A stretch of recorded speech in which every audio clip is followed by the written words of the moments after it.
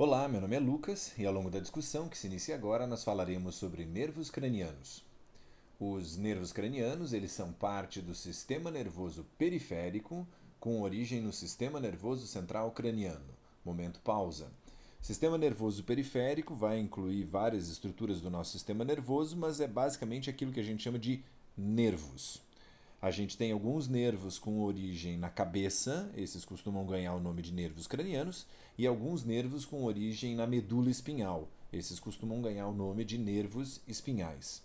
O nosso foco aqui então são esses nervos com origem no nosso cérebro, na verdade mais propriamente, com origem no nosso encéfalo, no sistema nervoso central craniano. Então os nervos que saem do crânio. Esses nervos classicamente são identificados como sendo 12. A gente vai ver que essa conta, apesar de clássica, ela não é bem assim, né? A gente vai trabalhar com o clássico, mas a gente vai mencionar uma ou outra exceção. Ao longo da discussão, a gente vai passar por cada um desses 12 nervos. Esses nervos todos estão organizados em pares. A imagem disponível ali ressalta os vários pares de nervos cranianos. Então, a gente está vendo ali uma superfície de baixo do nosso encéfalo, né? E sempre o lado esquerdo e o lado direito. Lembrando que ilustrações anatômicas, o que a gente enxerga na esquerda é, na verdade, o lado direito.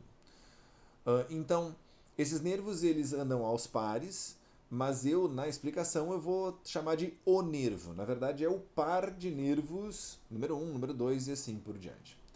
O primeiro nervo que a gente dá destaque é o nervo olfatório.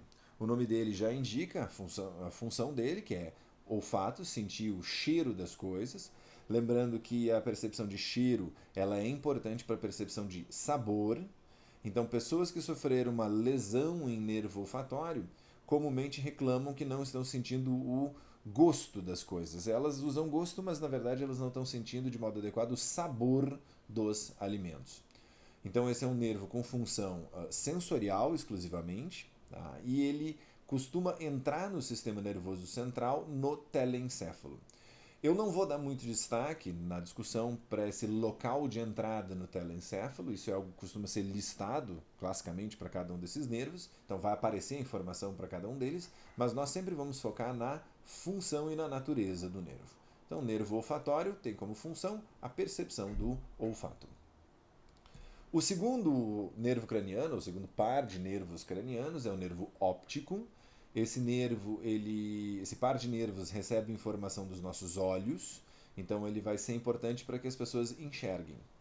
Alguns casos de cegueira congênita, né, de pessoas que nascem com problemas de visão, não estou dizendo todos, mas alguns casos, estão associados a danos no nervo óptico.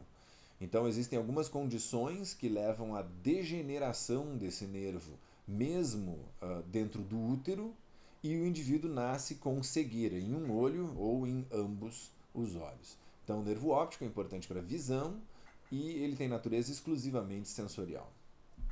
O nosso terceiro nervo é o nervo oculomotor.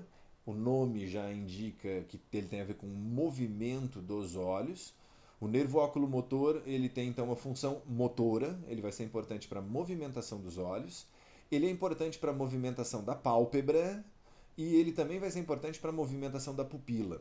Na imagem ali embaixo à direita, a gente tem uma pessoa com lesão no nervo oculomotor.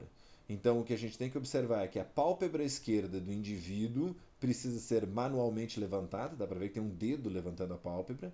A gente consegue ver que a pupila está maior do que a pupila do outro olho, né? O olho direito do sujeito, que a gente vê na esquerda da imagem, é um olho que está com o nervo funcionando de modo adequado. E a gente observa que o olho está escapando para o lado.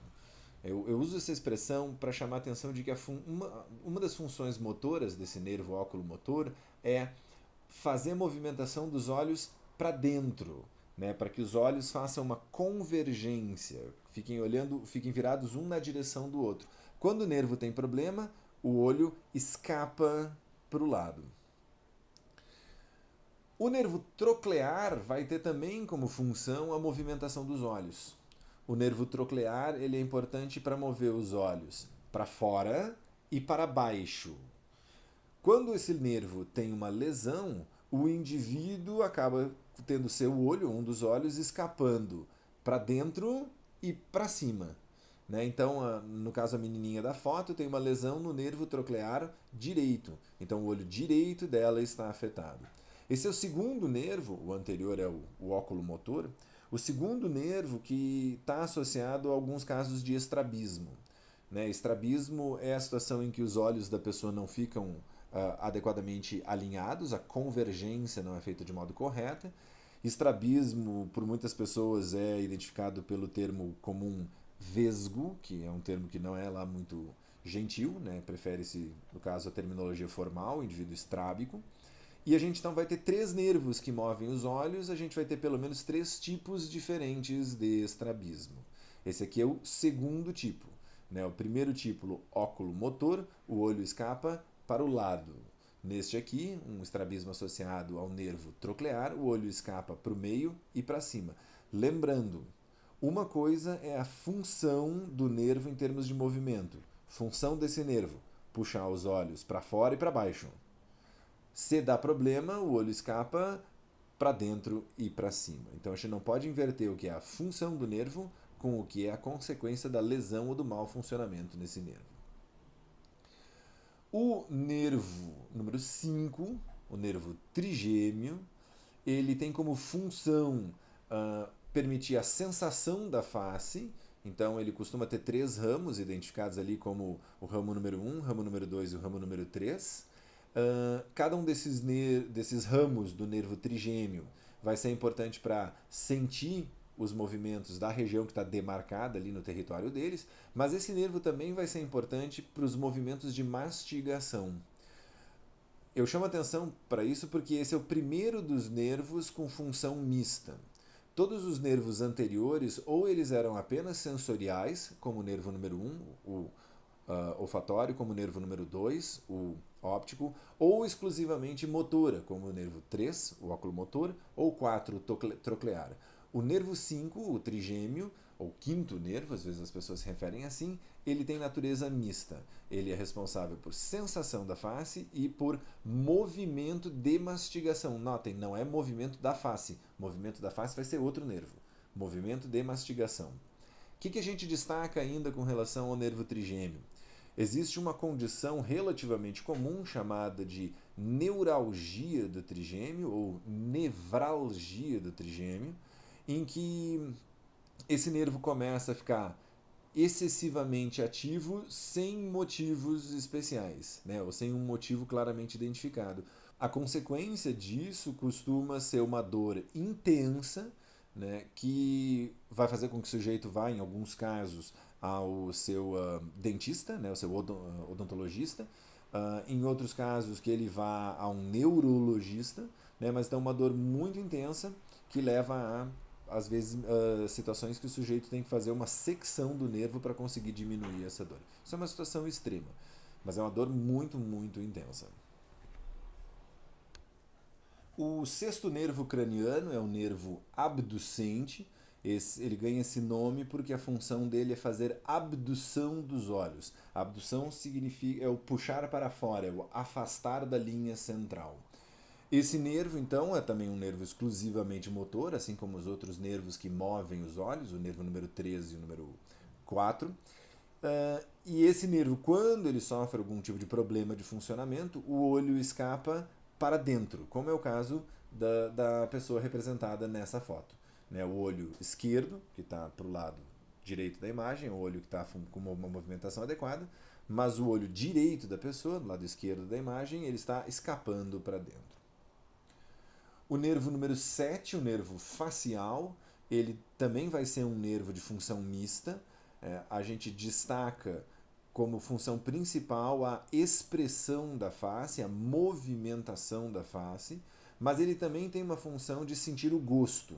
Ele vai ser responsável por sentir o gosto nos 2/3 mais da frente da língua. A língua, apesar de parecer uma só, ela tem duas origens e no processo de desenvolvimento dentro do útero ela se junta como uma coisa só.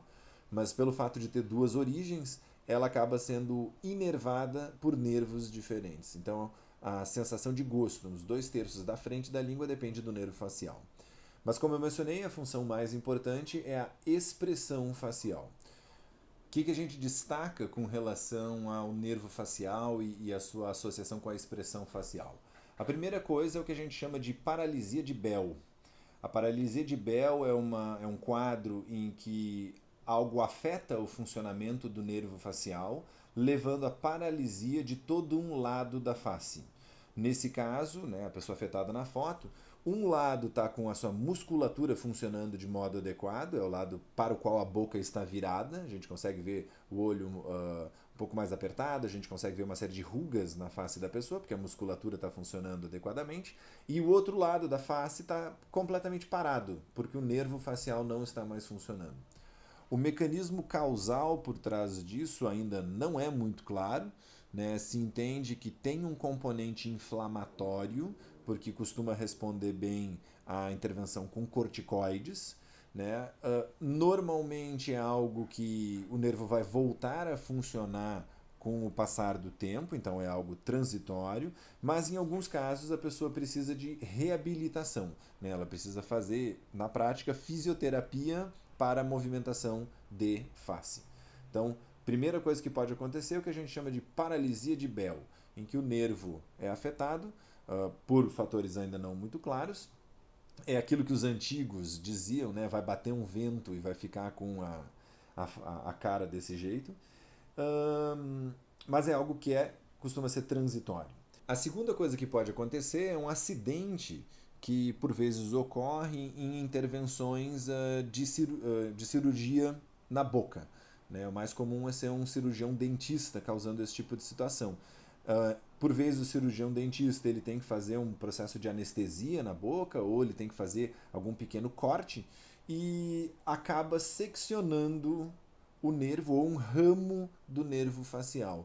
Nesse caso, o indivíduo fica não com uma paralisia na face inteira, mas fica com uma paralisia parcial em um pedaço da face. Né? O comum é ser ali na região da boca, porque o cirurgião dentista costuma estar atuando na região da boca. Então, nesses casos, o processo de reversão do dano é um tanto quanto mais difícil, porque foi uma lesão mecânica, diferentemente da paralisia de Bell, que está associada a um processo inflamatório.